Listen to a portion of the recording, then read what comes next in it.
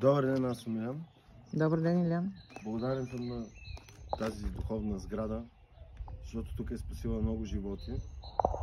И тук израснах, тук пораснах, тук се преодолях, тук се сблъсках с всяка една трудност и се научих как да я преодолявам и да нямам страхове, а да прегърна страховете.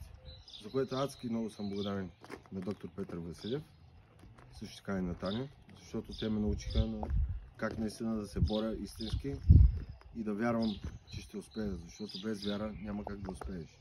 И тук се научих, като получа импулс, да не скачам в действие веднага отпреди, както навънка съм скачал в действието, а да вкарам мисъл, защото когнитивно-поведенческа терапия означава бъгове в мисленето.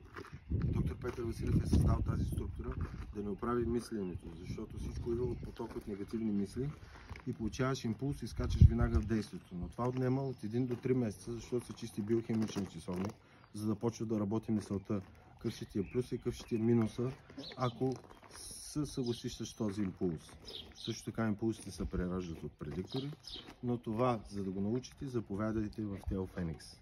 Тук е мястото, тук е спасило много живот и продължава да спасява животи. Благодаря.